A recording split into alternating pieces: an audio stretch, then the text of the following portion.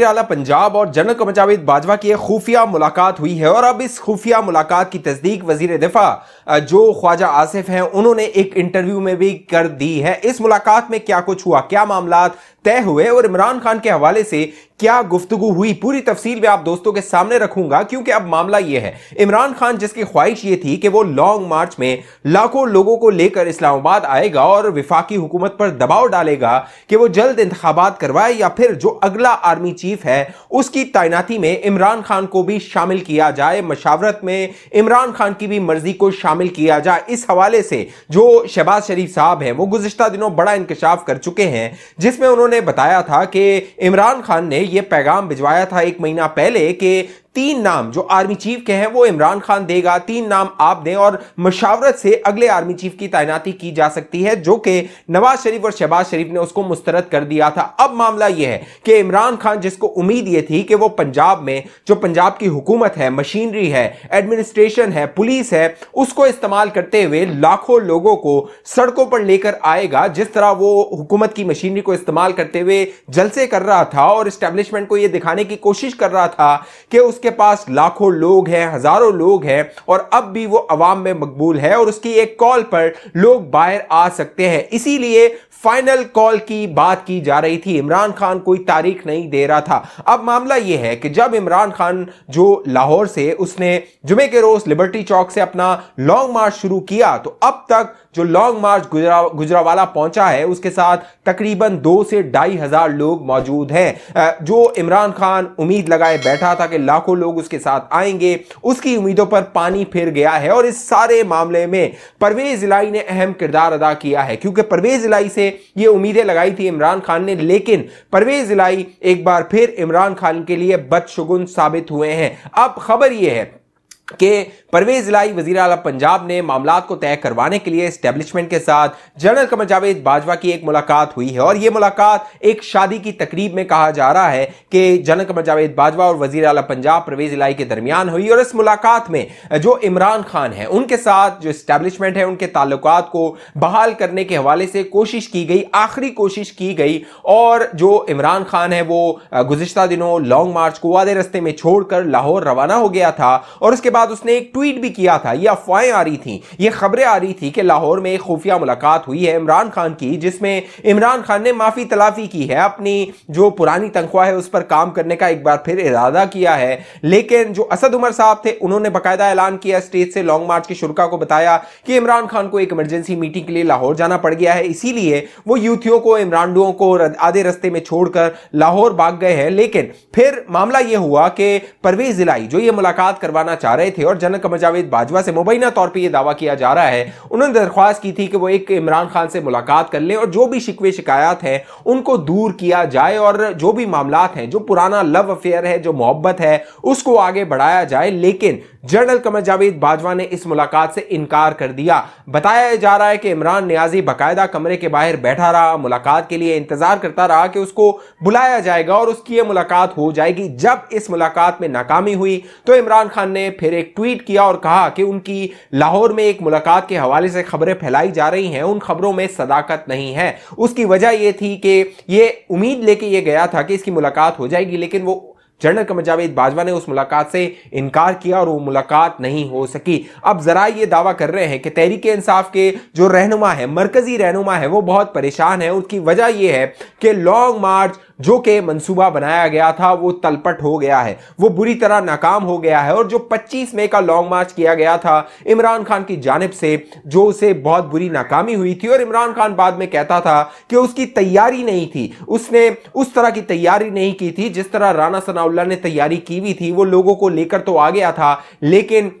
जो राना सनाउल्लाह है उसने उसका लॉन्ग मार्च नाकाम बना दिया था। लेकिन अब मामला यह है कि मौजूदा जो लॉन्ग मार्च है, जो हालिया लॉन्ग मार्च है, जो कि लाहौर से शुरू किया गया जुमे के रोज, अब वो 25 मई वाले लॉन्ग मार्च से भी बुरी तरह फेल हो गया है, फ्लॉप हो गया है, नाकाम हो गया है। इसीलिए तहरीक इंसाफ अब ये प्लान कर रही है कि इस लॉन्ग मार्च को 10 दिन और सड़कों पर रुलाया जाएगा, ख्वार किया जाएगा। ये जो इमरानडू यूथी है बेचारे इमरान खान की मोहब्बत में सड़कों पर जलील ख्वार होने के लिए आ गए हैं। हालांकि इमरान खान 2 घंटे के लिए इस लॉन्ग मार्च में आता है, तकरीर करता है, ठुमके लगवाता है, गाने बजवाता है और फिर दोबारा जमान पार्क लाहौर चला जाता है और वहां पर जाके सो जाता है। सुबह फिर उठता है जो है वो सैर व तफरी के लिए, फिर दोबारा लॉन्ग मार्च में आ जाता है एंटरटेनमेंट के लिए, क्योंकि इमरान खान ने पहले ही कहा था कि आपको मजा आने वाला है, एंटरटेनमेंट होने वाली है। लिहाजा मामला ये है कि ये शहरों के शहरों जाते हैं, वहां पर गाना होता है, जो है वो म्यूजिक होता है। लेकिन जब ये गुजरावाला पहुंचे वहां पर इमरान खान को बड़ी सुबकी का सामना करना पड़ा, जब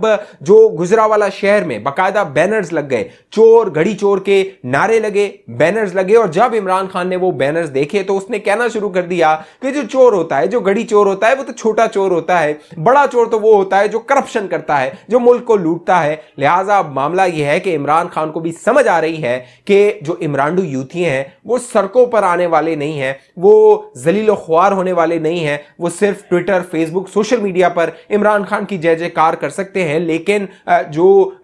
मुशक्कत है, जो कह लीजिए कड़ा इम्तिहान है, जो कि यह हकीकी आजादी और फाइनल कॉल कहता था, उसके लिए यूथी और इमरान तैयार नहीं है। जब से डीजीआईएसआई जनरल बाबर, जो जनरल कह लीजिए नदीम अंजुम है, और जनरल बाबर इफ्तिखार डीजीआईएसपीआर है, उन्होंने प्रेस कॉन्फ्रेंस की है, इमरान खान की हवाइयां उड़ी हुई हैं। और जब लाहौर लिबर्टी से इसने अपना लॉन्ग मार्च का आगाज किया, वहां पर इसने डीजीआईएसआई जनरल नदीम अंजुम को निशाने पर रखा था। उसके बाद बाकायदा भारत में खबरें आई, खबरें चली और कहा गया कि इमरान खान हमारा भाई है, जो काम भारत नहीं कर सका वो इमरान खान कर रहा है। इमरान खान के कसीदे पढ़े गए, इमरान खान की तारीफें की गई। अब मामला यह है कि उस डीजीआईएसआई की प्रेस कॉन्फ्रेंस के बाद, जिसमें उन्होंने इंकशाफ किया था, इमरान खान को बेनकाब किया था और बताया था किस तरह यह मिन्नत तल्ले करता था जनक जावेद बाजवा के, और कहता था आप ताहयात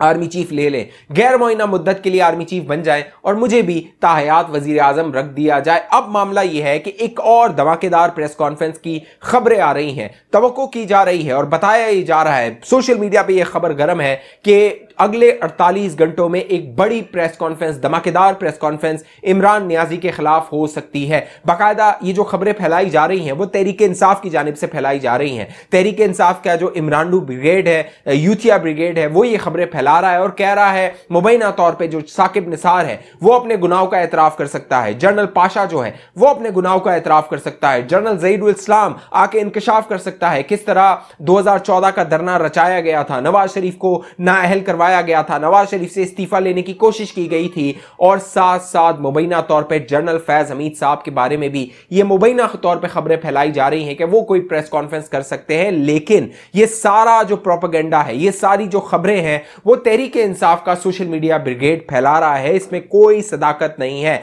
उसकी वजह यह है कि ना साकिब निसार प्रेस कॉन्फ्रेंस करेगा, ना पाशा करेगा, ना ज़हीरुल इस्लाम करेगा, ना जनरल फैज करेगा, क्योंकि अब नजर यह आ रहा है कि जनरल फैज साहब जो आर्मी चीफ की दौड़ है उससे बाहर हो चुके हैं। लेकिन ये जो लॉन्ग मार्च रचाया जा रहा है, मरियम नवाज इसके बारे में इशारा कर रही हैं कि इसके पीछे जनरल फैज हमीद साहब हो सकते हैं, जनरल फैज हमीद साहब की पुष्टपनाही हो सकती है। जो मरियम नवाज बार बार एक कोच का जिक्र करती थी और कहती थी कि इमरान नियाजी को फीड किया जाता है, बताया जाता है कि अब तुमने ये करना है, अब तुमने ये करना है, अब तुमने यहां जाना है, अब तुमने ये बात करनी है। तो मरियम नवाज ने अब जो ताजा प्रेस कॉन्फ्रेंस की है लंदन से, उसमें उन्होंने इस बात का इजहार किया है कि जनरल फैज हमीद साहब इस लॉन्ग मार्च के पीछे हो सकते हैं। और चंद जराए यह भी दावा करते हैं कि जो डीजीआईएसआई और डीजीआईएसपीआर ने प्रेस कॉन्फ्रेंस की थी, उन्होंने भी उन लोगों को पैगाम दिया था जो इमरान खान की पुष्टपनाही करते हुए खूनरेजी करने की कोशिश कर रहे थे कि हमें सब मालूम है, हमारे पास सारी इंफॉर्मेशन है, लिहाजा ऐसी कोशिश ना की जाए। इसीलिए उसके बाद इमरान नियाजी का लॉन्ग मार्च बुरी तरह नाकाम हो गया है। साथ साथ इमरान नियाजी ने अब ये जो